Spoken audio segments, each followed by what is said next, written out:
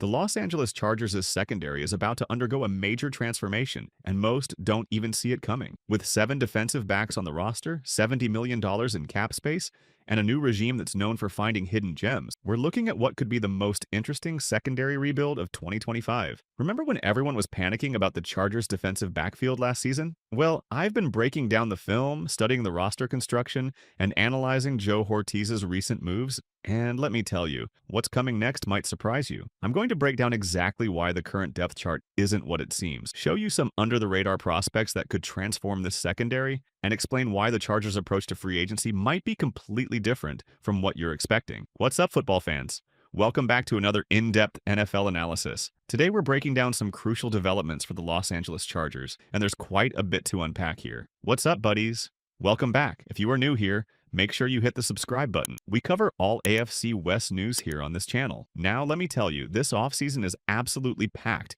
with crucial dates we need to keep an eye on. Obviously, we've got the Super Bowl wrapping up, but right after that, things really start heating up. We're looking at free agency, the NFL Combine, and then, of course, the NFL Draft coming up in April. During his introductory press conference, Joe Hortiz laid out his philosophy pretty clearly, and one thing really stood out: his perspective on cornerbacks. He emphasized something I completely agree with. You can never have too many quality corners in today's NFL. Listen, I've been breaking down film and studying rosters for years now, and I've finally switched into full 2025 mode. I had to process everything that happened last season. There was some good, there were some rough patches, but now it's time to look forward. What's been really interesting to watch is how the secondary situation developed last season. Think about this. They brought in Kristian Fulton, who honestly had a pretty solid season when you look at the big picture. Then you saw them experimenting with guys like Eli Apple, Marcus May, Tony Jefferson. But here's where it gets interesting. Joe Hortiz did what he does best, finding those fifth-round gems. You had guys like Hart, plus returners like Asante Samuel Jr.,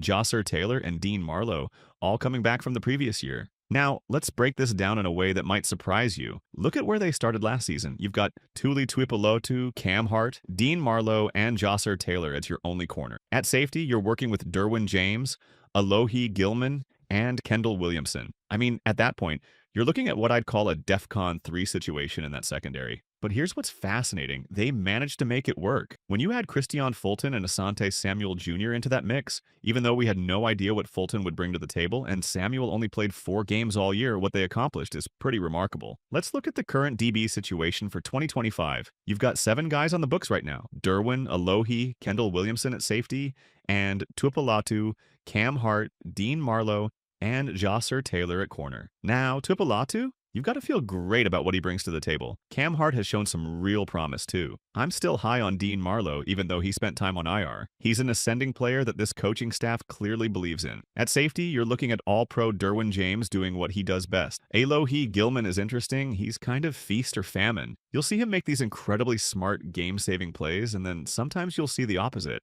When we talk money, every corner on the roster is under $1.2 million.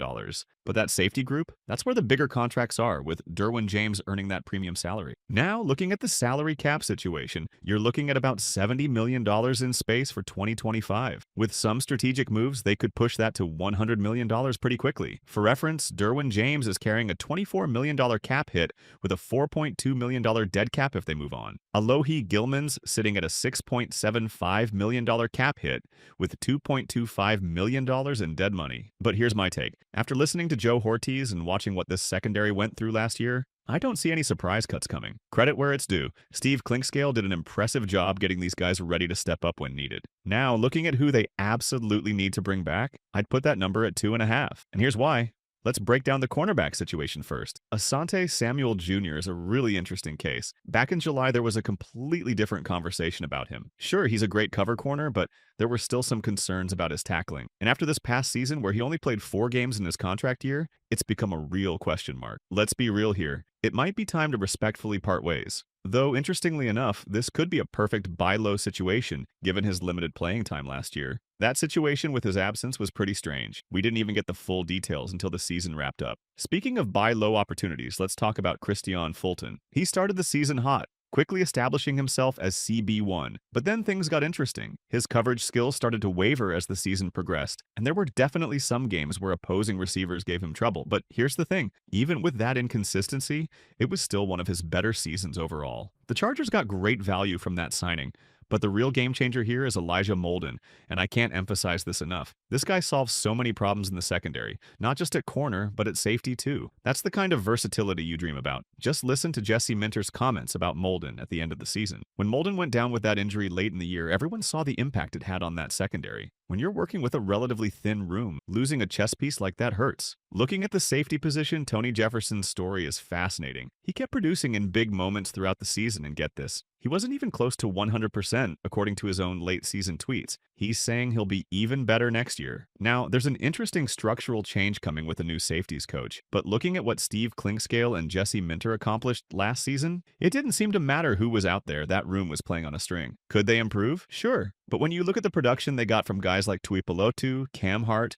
Fulton, and Molden, especially considering their cap hits, that's incredible value. Historically, you're looking at keeping about 10 to 11 corners and safeties combined on your roster. Right now, they've got 7. If Molden and Jefferson are 2 of the guys they bring back, they're still going to need to make some moves. When we dive deeper into this secondary situation, you're probably looking at needing more than just one addition. I wouldn't be surprised if some of these in-house guys aren't wearing the powder blue next. Here's where it gets interesting. Let's talk about player value and versatility. Take someone like Elijah Molden versus Alohi Gilman. Now, Gilman's under contract, so it's not a direct comparison, but Molden's versatility in playing both corner and safety makes him incredibly valuable. Sure, we've seen Gilman have those moments in the past where he enables Derwin James to do more, but here's the thing. Derwin was making plays all year regardless of who was next to him. Looking at the untouchables on this roster right now, you've got to put Derwin James at the top of that list, along with Tuli Tuipulotu and Cam Hart. Dean Marlowe probably stays too. He's cheap and still developing. But guys like Kendall Williamson,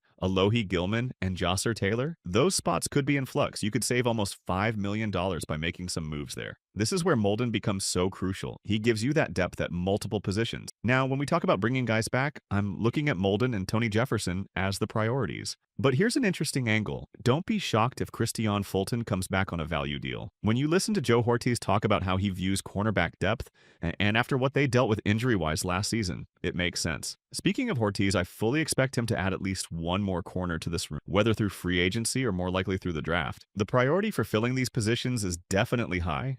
But here's the key point. It doesn't necessarily mean they need to spend premium draft capital or big money. What we saw last year was this coaching staff's ability to develop talent and maximize player potential. Now, let's take a 1,000-foot view of the secondary class in this draft. When we break it down, there's a really interesting split between the safety and cornerback groups. Starting with the safety class, you've got guys like Malachi Starks, Kevin Winston, Xavier Watts, and Sebastian Castro at the top. But honestly, that's probably not where the Chargers are looking to invest heavily. If they do target a safety, we're likely talking about a day 3 selection. Now, the cornerback class, that's where things get interesting. Free agency is obviously going to drive a lot of decisions here, but let me tell you, the more I study this cornerback group, the more intriguing it becomes. Here's the thing, this Chargers defense is really missing that true shutdown CB1. Sure, you've got Cam Hart, Dean Marlowe, and Tuipulotu, who can battle it out for CB2 and slot positions, but relying on Hart as your CB1? That's a risky proposition. Looking at pick 22, there are some fascinating options. Will Johnson carries that Michigan connection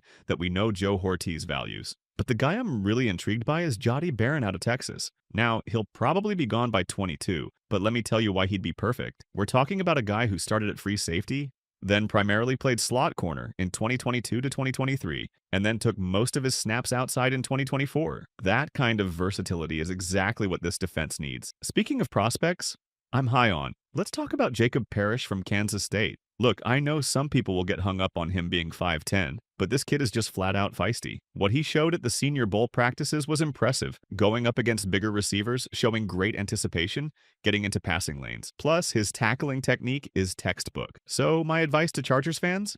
Be patient. I know it's tough when you see names start falling off the board in free agency, but remember, there's money to spend and multiple positions to fill. The secondary puzzle will come together, but it might not happen in the way or timeline people expect. So tell me what you think about this situation. Share your thoughts in the comment section.